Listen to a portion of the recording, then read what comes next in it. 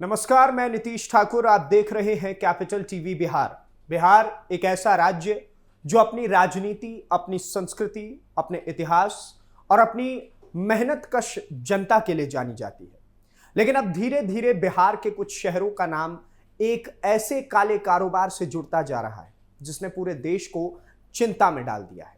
और वो काला कारोबार है ड्रग्स तस्करी का कारोबार। जी हां, हाजीपुर से जो खबर सामने आई है उसने सिर्फ बिहार पुलिस ही नहीं बल्कि पूरे प्रशासनिक सिस्टम को हिला करके रख दिया है। क्योंकि हाजीपुर नगर थाना पुलिस ने अंतरराज्यीय ड्रग्स तस्करी नेटवर्क का ऐसा भंडाफोड़ किया है जिसने साबित कर दिया है कि बिहार अब ड्रग्स माफियाओं के निशाने पर है। करीब 1 करोड़ रुपए की हेरोइन, 4 तस्कर गिरफ्तार, असम से बिहार तक फैला हुआ नेटवर्क, ट्रेन के जरिए सप्लाई और शहर के बीचों बीच डिलीवरी की तैयारी। यह कोई फिल्म की कहानी नहीं है बल्कि बिहार के हाजीपुर की वो सच्चाई है जिसने लोगों को डराने का काम किया है। क्योंकि जिस तरीके से यह नेटवर्क काम कर रहा था उससे साफ है कि ड्रग्स माफिया अब छोटे शहरों को अपना नया अड्डा बना रहे हैं। दरअसल पूरा मामला तब शुरू हुआ जब वैशाली पुलिस को मद्य निषेध एवं राज्य स्वापक नियंत्रण ब्यूरो पटना की तरफ से एक बेहद अहम सूचना मिली, इनपुट मिला। सूचना यह थी कि अवैध असम ट्रेन के जरिए कुछ लोग भारी मात्रा में हेरोइन लेकर के हाजीपुर पहुंचने वाले हैं और शहर के एसडीओ मोड़ के पास इसकी डिलीवरी होने वाली है। अब सोचिए, अगर यह खेप बाजार तक पहुंच जाता तो कितने युवाओं की जिंदगी बर्बाद हो सकती थी, कितने घर उजड़ सकते थे। क्योंकि हेरोइन सिर्फ एक नशा नहीं है बल्कि मौत का वो जहर है जो इंसान को धीरे धीरे खत्म कर देता है। जैसे ही पुलिस को यह सूचना मिली तुरंत वैशाली पुलिस हरकत में आ गई। पुलिस अधीक्षक के निर्देश पर एक स्पेशल टीम बनाई गई।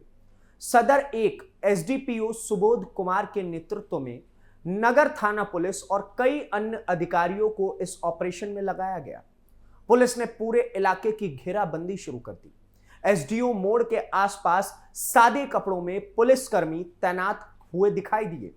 हर जगह आने वाले लोगों पर नजर रखी जा रही थी। और फिर कुछ देर बाद पुलिस को 4 संदिग्ध लोग दिखाई दिए। पुलिस ने बिना समय गवाए चारों को पकड़ लिया। शुरुआत में ये लोग खुद को बचाने की कोशिश करते रहे, लेकिन जब तलाशी ली गई तो पुलिस भी होश उसके भी खफ्ता हो गए, क्योंकि इनके पास से 526 ग्राम हेरोइन बरामद हुई जिसकी कीमत करीब 4 करोड़ रुपए बताई जा रही है। जी हां, 1 करोड़ रुपए, 2 करोड़ रुपए, 3 करोड़ रुपए नहीं बल्कि 4 करोड़ रुपए। यानी इतनी बड़ी खेप जिसे बेचकर न जाने कितने युवाओं को नशे का आदी बनाया जाता। इतना ही नहीं, पुलिस ने इनके पास से 80,820 रुपए नगद, 4 मोबाइल फोन, कई एटीएम कार्ड्स, पहचान पत्र और एक बाइक भी बरामद की।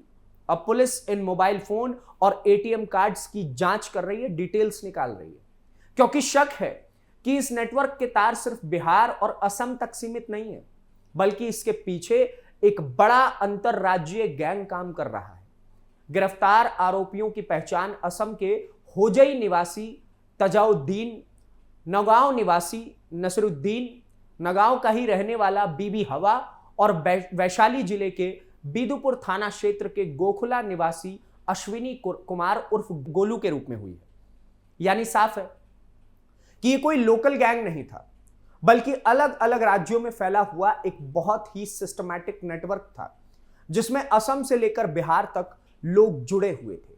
अब सबसे बड़ा सवाल यह उठता है कि आखिर बिहार में इतनी बड़ी मात्रा में हेरोइन लाई क्यों जा रही थी? इसका ग्राहक कौन होने वाला था? कौन लोग हैं जो इस जहर के कारोबार को चला रहे हैं? क्योंकि कोई भी तस्कर इतनी बड़ी मात्रा में ड्रग्स बिना मजबूत नेटवर्क के नहीं लाता है। इसका मतलब साफ है कि बिहार में पहले से ही ड्रग्स खरीदने और बेचने वालों का पूरा एक नेटवर्क और चैनल मौजूद था। पुलिस पूछताछ में महिला तस्कर बीबी हवा ने कई अहम खुलासे किए हैं। उसने बताया कि ये लोग असम के दीमापुर से हेरोइन लेकर के आ रहे थे और हाजीपुर में इसकी डिलीवरी अश्विनी कुमार उर्फ गोलू को देने वाले थे, यानी कि जो चौथा आरोपी पकड़ा गया। और बिहार में पहले से ही इसका रिसीवर तैयार बैठा हुआ था जो इस खेप को आगे अलग अलग इलाकों में सप्लाई करने वाला था। अब पुलिस इस बात की जांच कर रही है कि आखिर ये ड्रग्स किन किन जिलों में भेजे जाने वाले थे और इस नेटवर्क से जुड़े बाकी लोग कौन हैं, कहां हैं, क्योंकि पुलिस को शक है कि इस गिरोह के तार कई और राज्यों से भी जुड़े हो सकते हैं। लेकिन जरा सोचिए, आखिर असम से बिहार तक ड्रग्स लाने के लिए ट्रेन का इस्तेमाल क्यों किया गया? दरअसल पिछले कुछ सालों में ड्रग्स तस्कर लगातार अपने तरीके बदलते ही जा रहे हैं। पहले सड़क मार्ग से सप्लाई होती थी, लेकिन पुलिस की सख्ती बढ़ी तो अब ट्रेन को सबसे सुरक्षित माध्यम माना जाने लगा है, क्योंकि वहां चेकिंग बहुत कम होती है, सिर्फ स्टेशन पर। ट्रेन में हजारों यात्री होते हैं और उसी भीड़ का फायदा उठा करके तस्कर आसानी से एक राज्य से दूसरे राज्य तक पहुंच सकता है। यही वजह है कि अब रेलवे स्टेशन और ट्रेनों पर भी सुरक्षा एजेंसियां सतर्क होने का प्रयास कर रही हैं। लेकिन इसके बावजूद तस्कर नए नए तरीके निकाल रहे हैं और यही इस पूरे मामले को और ज्यादा गंभीर बना देता है।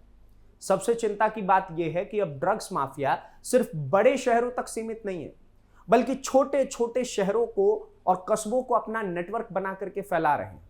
पहले लोग सोचते थे कि ड्रग्स का कारोबार सिर्फ मुंबई, दिल्ली, पंजाब या बड़े महानगरों तक सीमित है, लेकिन अब बिहार जैसे राज्यों में भी बड़े स्तर पर ड्रग्स की खेप पकड़ी जा रही है और इसका सबसे बड़ा असर युवाओं पर पड़ रहा है, क्योंकि ड्रग्स माफिया सबसे पहले युवाओं को निशाना बनाते हैं। कॉलेज, स्कूल, कोचिंग सेंटर, छोटे शहरों के युवा, बेरोजगार लड़के, इन्हें धीरे धीरे नशे के लत में धकेला जाता है और फिर यही युवा आगे जाकर इस नेटवर्क का हिस्सा बन जाता है। यही कारण है कि अब पूरे देश में ड्रग्स को लेकर के चिंता बढ़ती चली जा रही है। पंजाब का उदाहरण हमारे सामने है, जहां हजारों परिवार नशे की वजह से धीरे धीरे बर्बाद हो रहे हैं। कई युवाओं की मौत हो चुकी है और पूरा समाज इसकी मार झेल रहा है।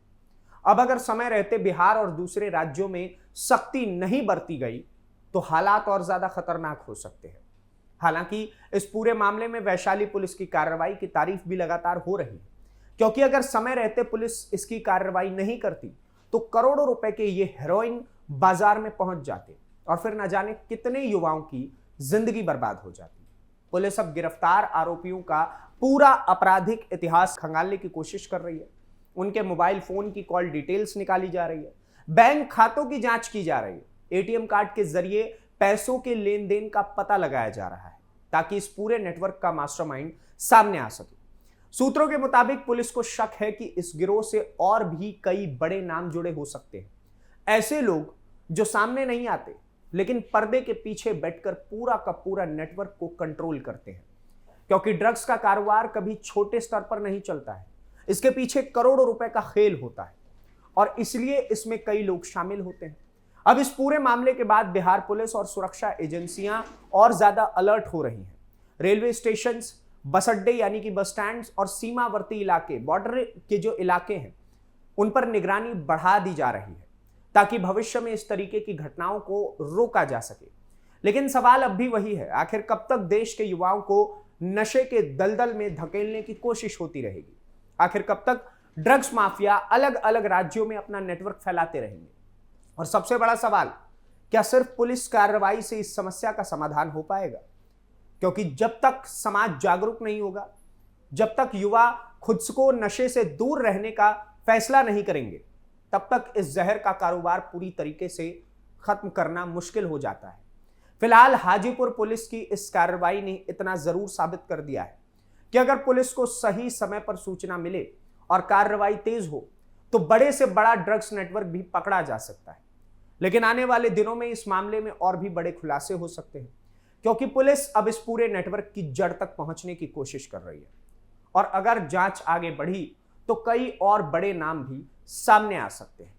बाकी आप क्या सोचते हैं इस ड्रग्स नेटवर्क को लेकर के? आपको क्या लगता है कि ये कोई एक बड़ी साजिश तो नहीं है बिहार को नशे के लत में धकेलने की? हालांकि अब इसको लेकर के तो कोई प्रतिक्रिया ये भी आ जाती है कि बिहार में शराब बंदी है, इस वजह से लोग सूखे नशे की तरफ ज्यादा अट्रैक्ट हो रहे हैं, उसको ज्यादा कंज्यूम करने का प्रयास कर रहे हैं और इससे बिहार और ज्यादा बर्बाद होता जा रहा है। आप क्या सोचते हैं इन सारी चीजों को लेकर के? आपको क्या लगता है कि आखिर सच में सूखे नशे की समस्या की वजह से आज पूरा का पूरा बिहार बर्बाद हो रहा है? क्या सच में शराबबंदी वापस लेने की आवश्यकता है?